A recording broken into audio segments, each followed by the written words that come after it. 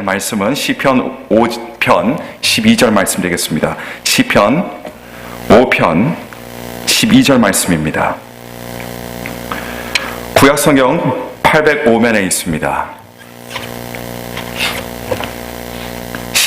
구약성경 시편 5편 12절 말씀입니다. 제가 봉독해 드리겠습니다. 여호와여, 주는 의인에게 복을 주시고 방패로함같이 은혜로 저를 호위하시리이다. 아멘.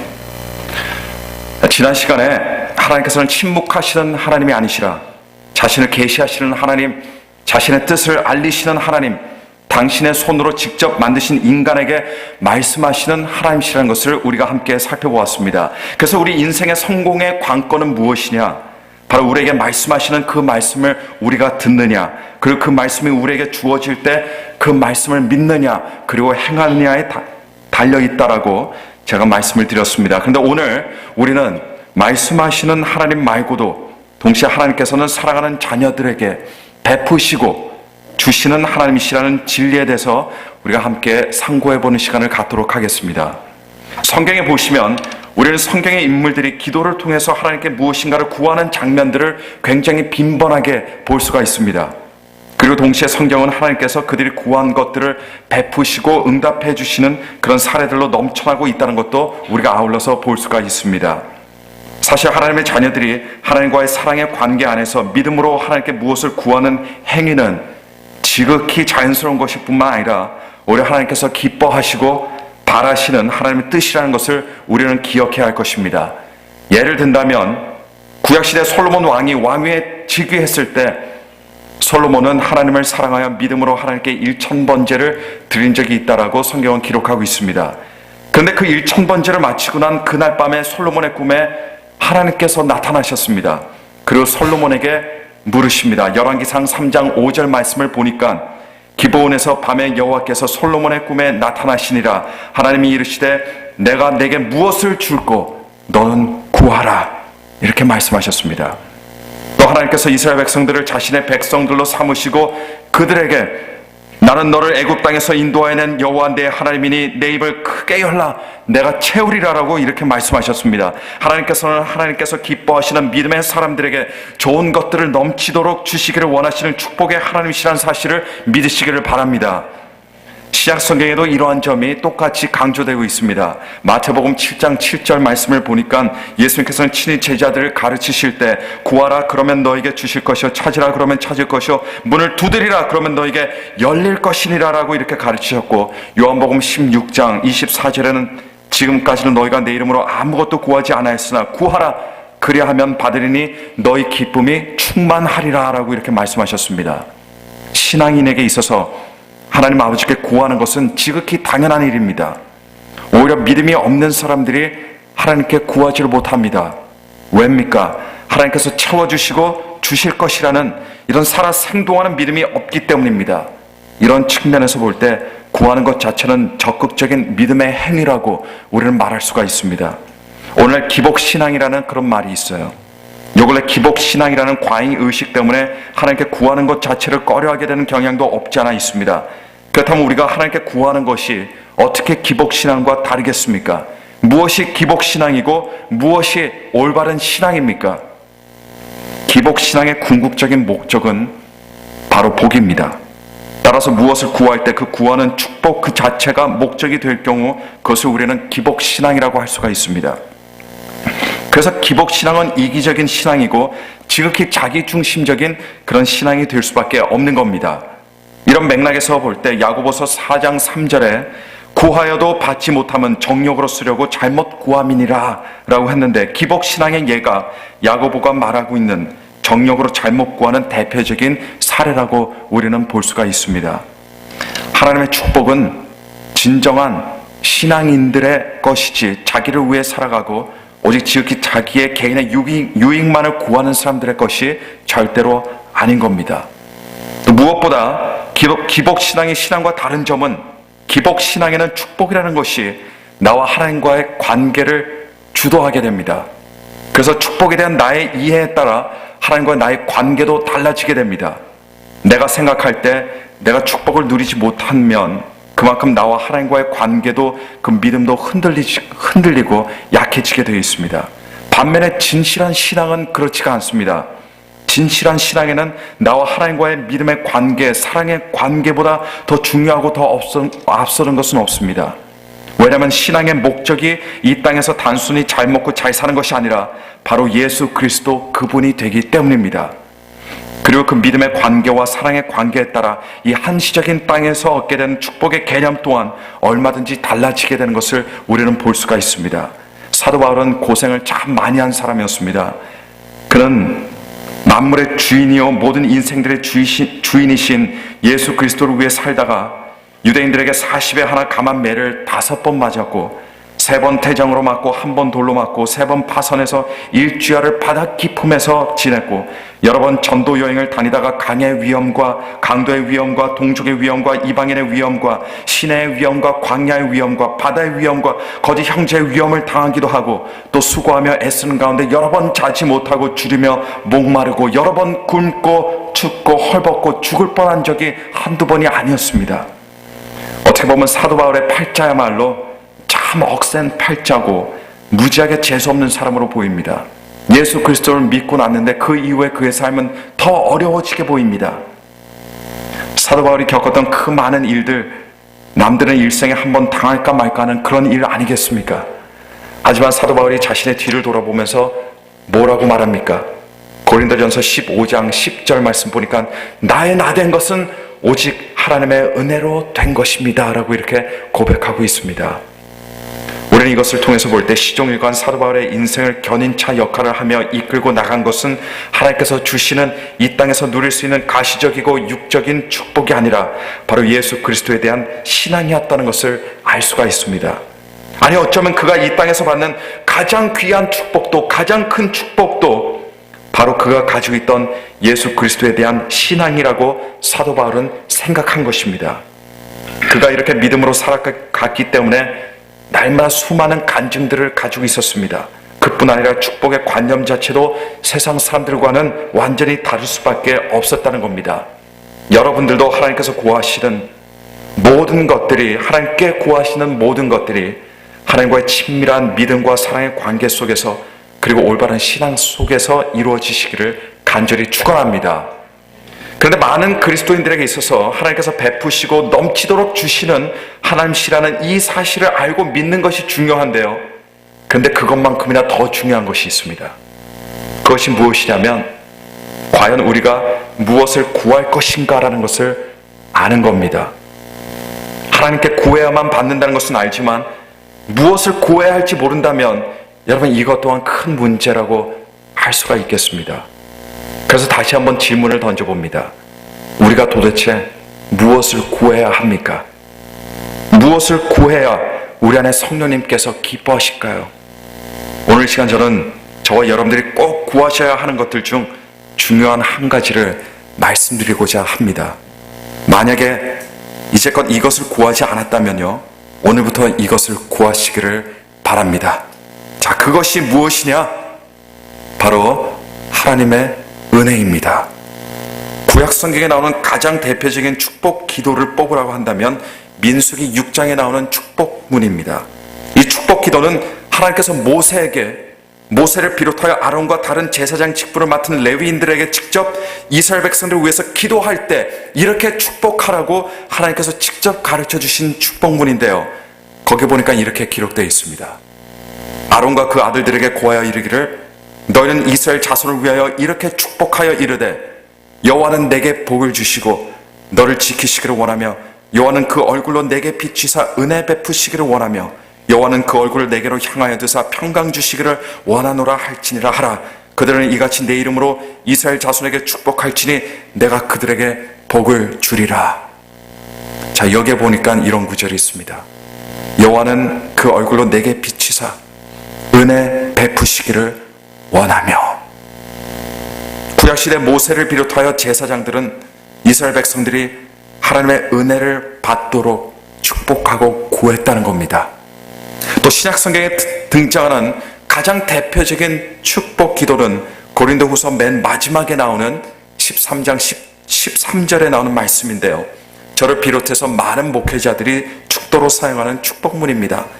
거기에도 보니까 주 예수 그리스도의 은혜와 하나님의 사랑과 성령의 교통하심이 너희 무리와 함께 있을지어다라고 이렇게 말하고 있습니다.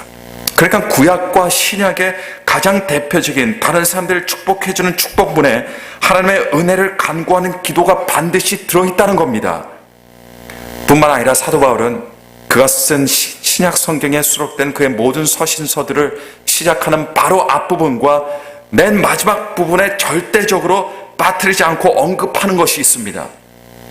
바로 하나님의 은혜에 대한 축복이요 간구입니다. 그래서 사도 바울은 그의 서신서를 시작할 때나 끝낼 때나 그 편지를 받는 성도들에게 다른 것은 몰라도 하나님의 은혜만은 반드시 받기를 원하는 마음으로 성도들을 또 교회를 축복하고 있다는 것을 여러분 우리는 놓쳐서는 안 됩니다. 이것이 의미하는 바는 인생에게 있어서 그리고 이 세상을 살아가는 데 있어서 가장 필요한 것은 다른 것이 아니라 바로 하나님의 은혜라는 것을 말해주고 있는 것입니다. 2004년 11월 꽤 쌀쌀하고 살짝 차가운 비가 내리던 어느 한 늦은 가을날이었습니다. 빅토리아 루보로라고 하는 44세의 한 중년 여성이 자신의 조카 성악 리사이트를 참석하고 난 후에 피곤한 몸으로 롱아일랜드 집으로 돌아가기 위해서 자신의 현대차를 타고 고속도로를 주행 중이었습니다. 근데 마침 반대편 차선에서 속도를 내며 달려오던 차가 한 대 있었습니다. 이 차에는 청소년들이 타고 있었는데 이들은 차를 훔치고 그리고 훔친 신용카드로 400불어치의 DVD와 비디오 게임을 사고 그 마켓에서 20파운드짜리 냉동 터키를 사고는 어디론가 가는 길이었습니다. 그런데 그 차에 타고 있던 아이들 중 한 아이가 빠른 속도로 주행하던 차의 창을 밑으로 내리더니 몸을 빼고는 마주 달려오고 있던 빅토리아 루보로의 차 앞 유리 정면에 이 20파운드짜리 돌처럼 단단한 냉동 터키를 던졌습니다. 그 냉동 터키는 앞 유리창을 완전히 박살내며 차 안으로 들어갔고 운전대까지 휘게 하면서 그대로 빅토리아 루보로의 얼굴 정면에 부딪혔습니다. 그 사고로 빅토리아 루보로 얼굴 면상에 있는 뼈라는 뼈는 다 부러지고 말았습니다. 그리고 그녀는 그 자리에서 정신을 잃어버리게 되고 병원으로 실려갔습니다. 나중에 빅토리아 루보로가 깨어났을 때는 이미 1차적인 수술이 끝나고 난 이후였습니다. 하지만 44년 동안 보아오던 그녀 자신의 얼굴이 완전히 달라져 있는 것을 그녀는 발견하게 됩니다. 자기 자신도 알아볼 수 없는 자기의 얼굴이 되어버렸습니다. 너무 흉측해서 주변의 사람들조차 아무 말도 할 수 없을 정도였다고 그렇게 말합니다. 그로부터 수개월 동안 수술에 수술이 꼬리를 이었습니다. 언론은 이 사건을 대대적으로 보도했고 블로거들은 이 사건의 모든 과정과 함께 범죄를 저지른 아이들에 대한 체포와 재판 소식에 이르기까지 상세하게 그들의 블로그에 올렸습니다. 이 소식은 그래서 일파만파로 퍼졌고 이 소식을 접한 사람들은 분노로 끌어올랐습니다. 2004년 그 똑같은 해 추수감사절에 사람들은 그 희생자가 자신이 아니었음을 감사했습니다. 그 범죄에 연루되었던 아이들의 재판 날짜가 점점 가까워지자 사람들은 이번 기회야말로 확실한 법의 심판을 통해서 정의를 찾아야 된다라고 목소리를 높였습니다. 터키를 던졌던 아이의 이름은 라이언 쿠싱이라는 아이였는데 사람들은 이 아이의 얼굴도 똑같이 그렇게 산산조각 나야 된다라고 이렇게 이야기했습니다.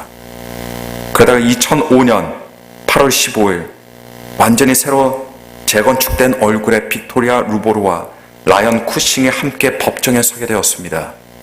라이언 쿠싱은 창백해진 얼굴로 벌벌 떨고 있었어요. 그리고 판사에 의해서 법의 심판이 내려졌는데 그 심판을 보니까 6개월 동안의 감옥 생활과 5년의 보호 감찰 기간 그리고 일정 시간의 상담과 약간의 사회 봉사 활동 그것이 전부였습니다. 이 판결을 듣게 된 사람들은 죄다 얼굴이 일그러졌습니다. 그리고 불평을 토해냅니다. 살인죄처럼 다뤄야 할 사건이 어떻게 고작 그 정도로 끝날 수 있냐라고 원망합니다. 그런 아이라면 감옥에 집어넣고 그 감옥의 열쇠를 다른 데로 버려야 된다라고 이렇게 말했습니다. 그리고 도대체 어떤 이유 때문에 그렇게 가벼운 형을 내리게 되었는가 그렇게 따졌습니다. 그런데 알고 봤더니 그 가벼운 형의 이유는 바로 빅토리아 루보로였습니다. 그녀가 판사에게 관대한 처우를 간절히 호소했던 겁니다. 재판이 끝나고 변호사가 라이언 쿠싱을 희생자인 빅토리아 루보로에게 데리고 가주었습니다. 그때 라이언 쿠싱은 사죄의 눈물을 흘리고 있었는데 빅토리아 루보로는 그를 안으면서 나는 너를 용서한다. 너의 인생이 이 일로 망가지지 말고 이 일을 계기로 너가 최고의 삶을 살았으면 좋겠다. 그렇게 말하고는 둘이 그렇게 부둥켜 안고 서로가 흐느적거리면서 울었다고 합니다. 재판장에서 판사와 변호사들이 눈물을 머금는 일은 거의 없다고 하는데 이번만큼은 달랐다고 그렇게 보도합니다. 그 광경을 본 이후에 사람들은 더 이상 미움과 분노의 입을 다물어 버렸습니다. 뉴욕타임스지는 이때가 바로 은혜의 순간이었다라고 그렇게 기사를 냈습니다. 사실 라이언 쿠싱이 죄값을 제대로 받는다면 상당 오랜 기간 동안 감옥에 있어야 했고 그의 인생도 완전히 망가졌을 겁니다. 하지만 그의 인생을 살린 것은 말 그대로 은혜였습니다. 인간에게는 여러분 하나님의 은혜가 반드시 필요합니다. 반드시 필요합니다. 왜냐하면 인간은 하나님 앞에서 지독한 죄인이기 때문입니다. 사람들은 냉동 칠면조를 던진 라이언 쿠싱에 대한 대단한 분노를 가지고 있었습니다. 마치 요한복음의 가늠한 여인을 앞에 두고 그 여인에 대한 분노로 사람들이 돌을 들고 언제든지 자기가 들고 있는 그 돌로 그 여인을 정죄하며 내려칠 만반의 준비가 되어 있는 사람들과 똑같은 모양을 가지고 있었어요. 하지만 그들은 결국 들고 있던 돌을 다 내려놓고 슬그머니 그 자리에서 물러나야만 했습니다. 왜냐하면 예수님을 통해 자신들이 그녀를 향해 돌을 던질 자격이 없다는 것을 깨달았기 때문이었습니다. 왜냐하면 그들도 결국 하나님 앞에 지독한 죄인들이었기 때문이었습니다. 우리 인간은 상상할 수 없을 정도로 하나님 앞에서 지독한 죄인들입니다. 사도 바울이 다메섹 도상에서 예수님을 만난 그 순간부터 그의 눈이 열려졌어요. 그리고 이전에 보지 못하던 자기 자신을 새롭게 보게 되었습니다. 그 순간 사도 바울은 자신이 예수 그리스도를 통한 이 하나님의 은혜가 얼마나 절실히 필요한 존재인지 알게 되었고 하나님께서 베풀어 주시는 은혜가 무엇인지 깨닫게 되었습니다. 그 순간 그 이후부터 사도 바울은 오로지 하나님의 은혜만을 의지하며 하나님의 은혜를 간구하며 살아가게 됩니다. 그리고 사도 바울은 나의 나 된 것은 하나님의 은혜다라고 고백하기 시작했고 그가 교회들에게 편지를 쓸 때마다 그 앞뒤에 자신이 경험했던 그 은혜, 자신이 깨달았던 그 은혜인 예수 그리스도의 은혜를 성도들이 깨닫게 해달라고, 그 은혜를 받게 해달라고 위에서 간절히 빌었습니다.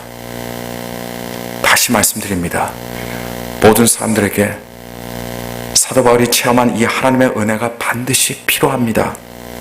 누구나가 사람이라면 내가 너를 용서한다 라는 이 하나님의 음성을 들어야 됩니다. 나의 소중한 아들, 나의 아름답고 귀한 딸이 되거라.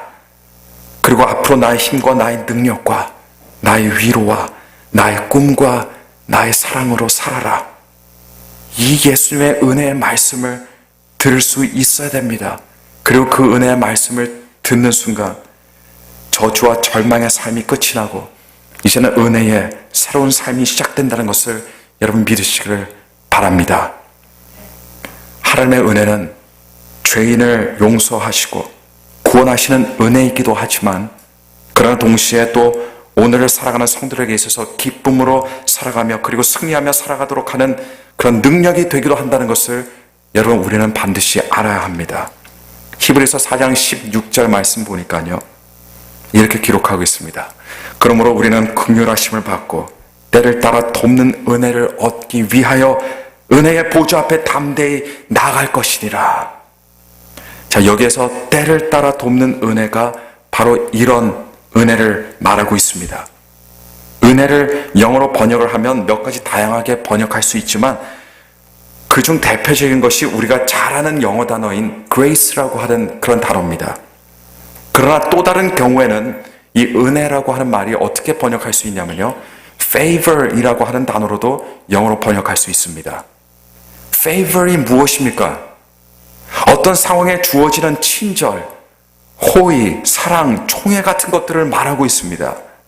우리 영혼의 구원의 선물을 그레이스로 표현을 한다면 일상생활에서 그때그때 도와주시고 힘주시고 위로해 주시고 잡아주시고 격려해 주시는 하나님의 은혜를 God's favor이라고도 번역할 수 있겠습니다. 하나님을 섬기던 노아에게 이런 하나님의 은혜가 있었습니다. 창세기 6장 8절에 보니까 노아는 하나님께 은혜를 입었었더라 라고 이렇게 말합니다. 영어 성경을 보니까요, But Noah found favor in the eyes of the Lord, 이렇게 기록하고 있어요. 노아에게 이런 하나님의 favor, 이런 은혜가 있었기 때문에 노아는 홍수 심판에서도 구원을 받았을 뿐 아니라 하나님께서 주신 시대적인 사명을 감당하여 그 어렵고 힘든 방주 만드는 일을 무사히 마치고 땅의 생물체들을 보존하는 일을 감당할 수 있었다는 겁니다. 요셉 또한 하나님께 은혜를 입은 사람이었습니다. 사도행전 7장 10절을 보니까 그 모든 환난에서 건져내사 애국왕 바로 앞에서 은총과 지혜를 주시매 바로가 저를 애국과 온 자기의 집에 치리자로 세웠느니라라고 이렇게 말하고 있습니다. 이 땅에서 하나님께서 favor, 은혜를 베푸시니 요셉이 애굽 땅에서 바로왕 다음으로 가장 높은 사람이 된 겁니다.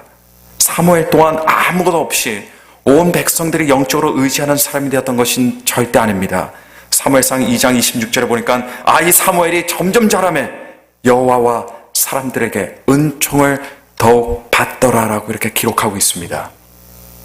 사도행전 7장 46절에는 다윗이 하나님 앞에서 은혜를 받았던 사람이었다라고, 하나님의 favor를 받았던 사람이라고 보고합니다. 솔로몬 또한 자신의 부친인 다윗의 전적을 보면서 그가 인정할 수밖에 없던 것은 다윗이 누리고 이룩한 모든 것들이 하나님의 favor, 즉 하나님의 은혜였다는 겁니다. 그래서 열왕기상 3장 6절 말씀 보니까 솔로몬이 가로되 주의 종 내 아비 다윗이 성실과 공의와 정직한 마음으로 주와 함께 주의 앞에서 행함으로 주께서 저에게 큰 은혜를 베푸셨고 또 저를 위하여 이 큰 은혜를 예비하셨다라고 고백하고 있는 것을 우리는 볼 수가 있습니다.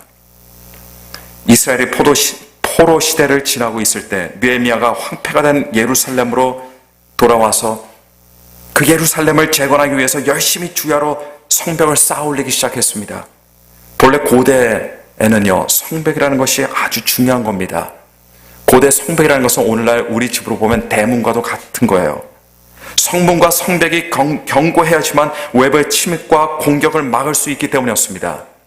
그래서 성벽이 서 있지 않다면 다른 것들이 다시 다 재건되어도 큰 의미가 없습니다. 우리 집에 아무리 귀한 보배들이 가득 차고 넘친다 하더라도 우리 대문이 없다면 그건 아무 의미가 없는 거예요. 누구나가 들어서 가져갈 수 있습니다. 성벽이 없다면 적들의 공격에 무방비 상태가 되던 곳이 바로 이 시대의 환경이었습니다.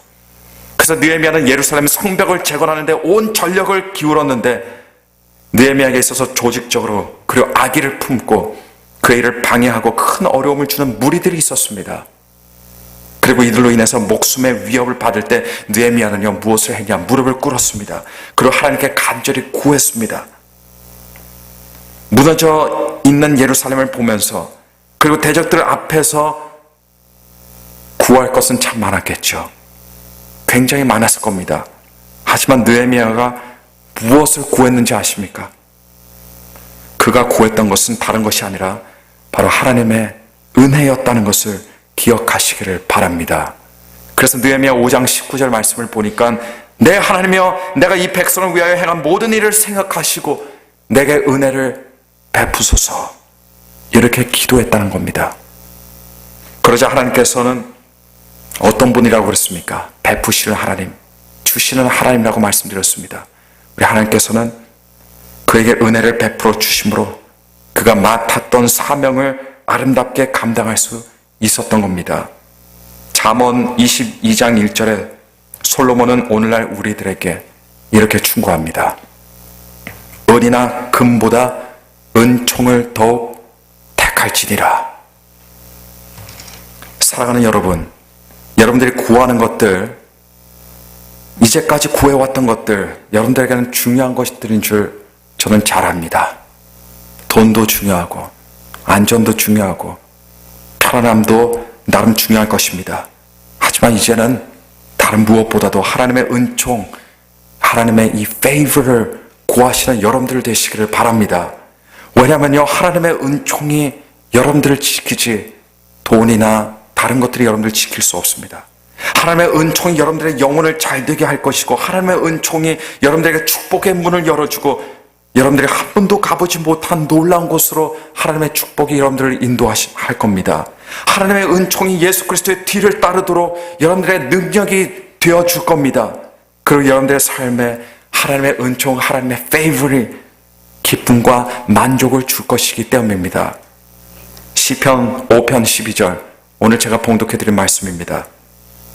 거기 보니까 여호와여, 주는 의인에게 복을 주시고 방패로 함같이 은혜로 그를 호위하시리로다, 이렇게 말하고 있습니다. 근데 이 말이 무슨 말이에요?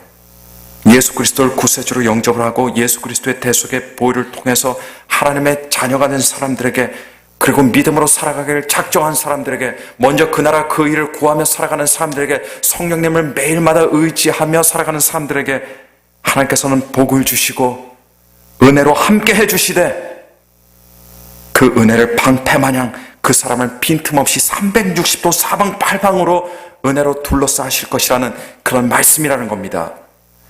이 은혜를 사모하시는 여러분 되시기를 바랍니다. 이 은혜를 구하시는 여러분들 되시기를 바랍니다. 그래서 예배 때마다 나와서 하나님의 은혜를 구하고 하나님의 얼굴을 구하는 겁니다. 하나님의 말씀을 구하고 기도하는 그 순간 때마다 힘들지만 어렵지만 나와서 하나님께 간구하는 겁니다. 말씀을 맺겠습니다.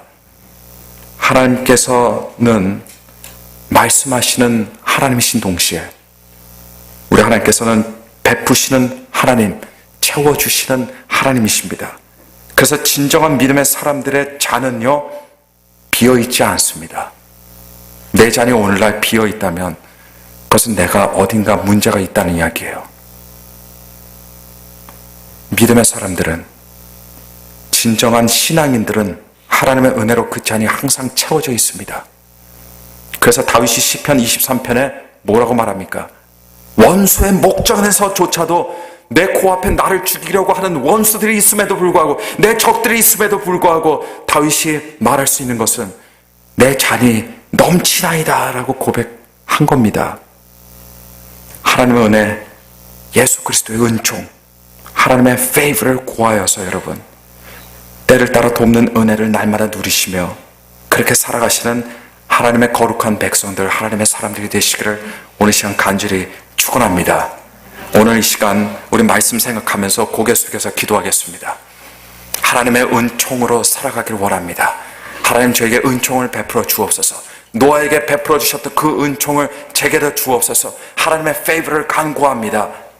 믿음으로 살아가게 하여 주셔서 신앙인으로서 항상 하나님의 은총으로 승리하며 살아가는 우리가 되게 하옵소서. 우리 함께 통성으로 합심으로 간절한 마음으로 주님께 부르시면서 기도하겠습니다.